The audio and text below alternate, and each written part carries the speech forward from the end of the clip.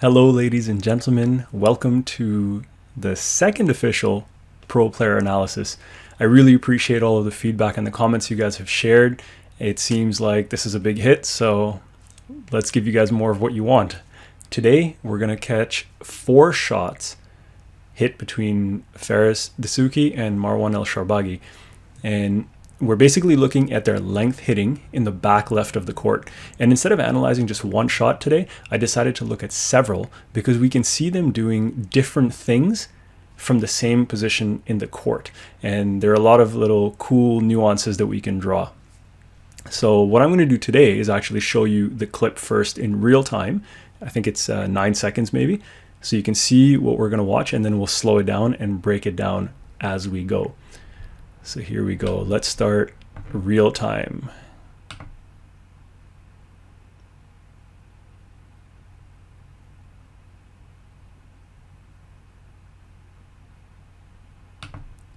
So that was it.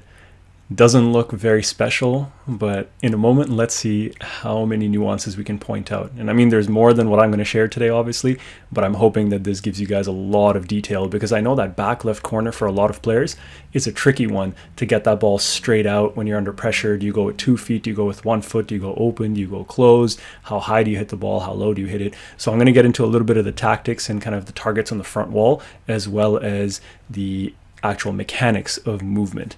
So let's begin over here, and I will get my little lines and arrows ready so I can use them as needed.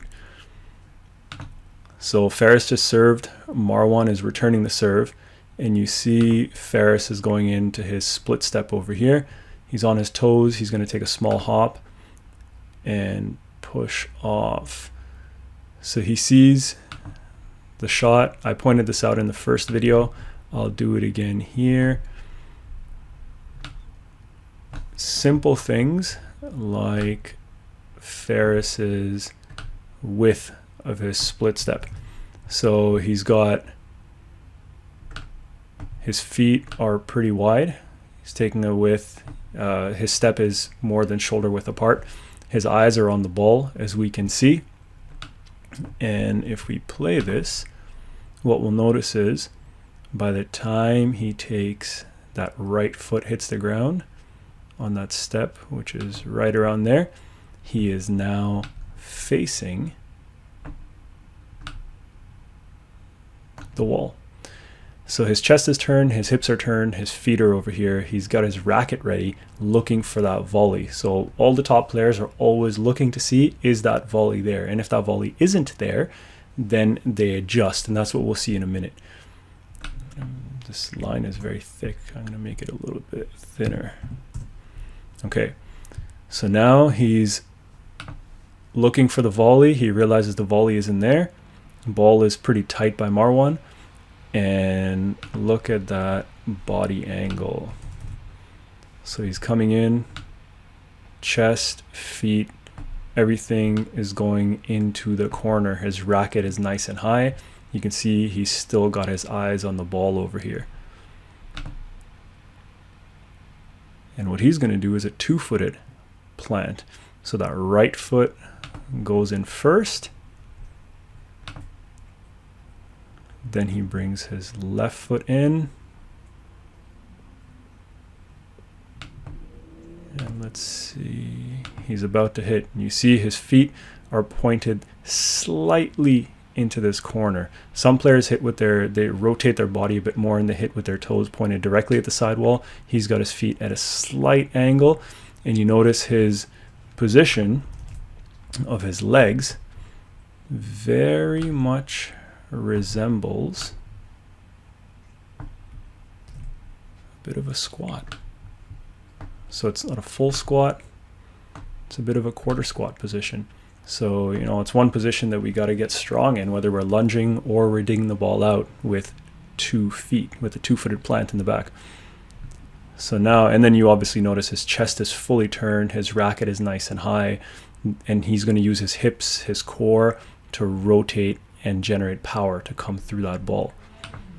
So now let's see, there we go. He's striking, and as soon as he struck that ball, his front leg is moving out. he's opening up his body so he can follow the ball with his eyes, but then he can also open up his body so he can recover to the tee for the next shot that comes. And you'll notice he's going to push off in a moment with his left foot. And he's hit that shot, and here's another one. Look at that follow through. The follow through is all the way across, and he's now pushing out. As soon as his follow through is finished, he's pushing off to get to the tee. And there's the push off, and he's doing all of this. I talked about this in the last video. He's on the balls of his feet the entire time. He's not on his heels. And then here's something interesting that I want to point out really quickly. If I go back just a tad, look at the contact point. So Ferris has hit the ball below the service line, pretty good pace. And let's see what kind of pressure that puts on Marwan. So look at Marwan's split step. We can repeat this process for him so you can just see that there are certain things that all the players are doing, and it's for a reason, because it works. See, Marwan's got that nice wide split step. He's pushing off of the ball of his right foot. And where does he go first? See, he's coming across the tee. His racket's being blocked by Ferris, but his racket is coming out, and he's seeing, okay, can I cut this ball off? If he can't cut that ball off, which he can't in this situation, then he has to push back off of that right foot. And now he's coming to the back of the court, and Marwan is doing a single foot closed plant. And notice, see, check this out. So he's having to get low because Ferris hit a pretty low ball. And did you notice that Marwan's racket was never super, super high? So, you know, we're oftentimes told, get your racket really high when you're setting up, nice racket prep. Well, in this case, if you notice, he's following his racket path is pretty low throughout. His wrist is up, but his racket is low because the ball is pretty low. So now let's go back to his movement. So he's putting that right foot down, and see his toes are at a slight angle as well, not directly into the sidewall, but slight angle. He's putting that foot down, striking the ball. And again, just to reiterate from the last video as well, you see Marwan's position. So he's got that quarter squat position where he's got that knee bend, and his feet are, again, they're equal on both sides so that he can be nice and balanced as he's striking the ball, and he's got that bent back. So again, quarter squat, single leg deadlift, that kind of a position, you got to develop strength in there. So now if we continue through this, look at Marwan's follow through. Nice follow through. And where is the ball going? The ball's going high on the wall because he's under a bit of pressure, so he wants to relieve that pressure, give himself time to get back to the tee. And what's he doing? He's pushing off from that front foot and then pivoting off of that left foot so that he can turn and be facing the front by the time he actually finishes his stroke. So you don't want to be stuck in that position and then coming out sideways. You want to make sure you push out and rotate so that you can be ready to cover that next ball. So let's do this. This video is getting long, so we might do this one quickly. So since Ferris has time, he's not in a big rush. He can follow the ball. He can take a bunch of small steps. He's not in a rush the way Marwan was on the previous one. And then see Ferris sets himself up with the left foot. Racket is nice and ready. And then that right foot is going to step in.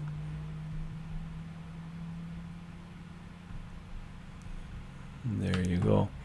So same position, same sort of angle, mostly at the sidewall, a little bit back. Chest is open, facing the back. And you see that Marwan and Ferris literally are doing exactly the same thing, except Ferris could take his time and take more steps to get there. Marwan had to do it with a little bit more of a forceful push off the tee because he was under pressure. And the other thing I had mentioned was that Marwan's racket was low. So I'll go back for a second. Marwan was coming in with a low racket over here because he knew the ball was low and he was under a little bit more pressure. Ferris is coming and his racket is nice and high because Marwan's shot, the ball is a lot higher. The ball that Ferris had hit was down here. The ball that Marwan has hit is up here. So Ferris can actually keep that racket nice and high. And then he steps in, he strikes, and then let's see how he moves out. Exact same thing as Marwan. Pushing off that front leg, racket is followed through. So as the racket follows through, the body's momentum is coming forward with the swing, and you're pushing out with that leg. And as you're pushing out with that leg, he's going to rotate his body. And by the time his foot plants, he's once again facing the front of the court with his eyes on the ball, and now he can move in any direction from here. So now let's see how Marwan moves. So Marwan's coming in with, again, slightly lower racket prep. And let's see what he does here. He's going to take, if I remember, a 2-foot approach. And there it is. And see, now in this situation, he actually turned his front foot a little bit. So before I break this one down, let's go back and see Ferris's 2-foot position. So if we go all the way back, where was it? Here. So watch how Ferris comes in. So he's going to step and just plant the other foot, strike the ball, and push out, rotate as the follow through completes, and then he's on his way back to the tee. Now if we look at what Marwan was doing, you're going to notice as he's coming in, he plants that right foot and then he takes a mini hop in order to reset his body before he hits that ball. And he's coming under the ball and again lifting up on it because he's under a little bit more pressure and he wants to give himself a little bit more time. So see, he's coming up on it, ball's hitting the front wall higher. So the reason I wanted to talk through that is because you saw both players hitting closed stance, meaning their right foot was in front when they were striking the ball, and they did it differently. Marwan did it with 2 or 3 steps. Ferris took multiple steps. So the pressure that they were under determined how many steps they could take. Ferris had a higher racket prep because he was under less pressure. Marwan had a lower racket prep. That could also just be their own preference for setup, but that's pressure can determine how easily and how much you can get set. Then the other thing you noticed is that they're always looking for that volley first. If that volley's not there, it's like one look, and then you push back with the right foot to the back corner, and they're turning right as they start going. The other thing we noticed is that they both also showed us a 2-footed plant, but one of them did a 2-footed plant without a hop. That was Ferris. And then Marwan did a 2-footed plant with the hop. So again, there's no right or wrong. There's no one way over the other. A lot of this just comes down to your preference. It comes down to what you've practiced most. It comes down to how much pressure you're under. You're generally speaking not going to take a 2-footed plant if you're under more pressure. You're probably going to lunge and have to get that ball out. And then depending on whether you're letting the ball go to the back of the court versus cutting it off at 3/4 court behind the service box, that might also determine whether you go open stance or closed stance. So there's so many nuances and variables, but I thought this would be interesting to share with you guys to see that 2 players hitting the ball in the same part of the court doing things differently with a very similar outcome, which is getting their opponent into the back corner of the court. I hope you enjoyed that analysis. Send your comments. I'd love to have a discussion with you guys. If you disagree with anything I said or you agree or if this is helpful, keep it coming. I also pointed out some of the joint angles, mentioning that they're going off the balls of their feet. And as I had mentioned in the last video, I'm creating a very robust squash specific fitness training program, which will help us get strong in all of the positions with all of the movements and the conditioning side of it as well. And I'm creating this, well, as soon as the squash courts open up over here, because they're all closed, I'm going to create a specific movement masterclass that can take everyone through a series of training in order to hopefully get closer to moving like this. All right, have a great day, folks, and I will see you in the next video.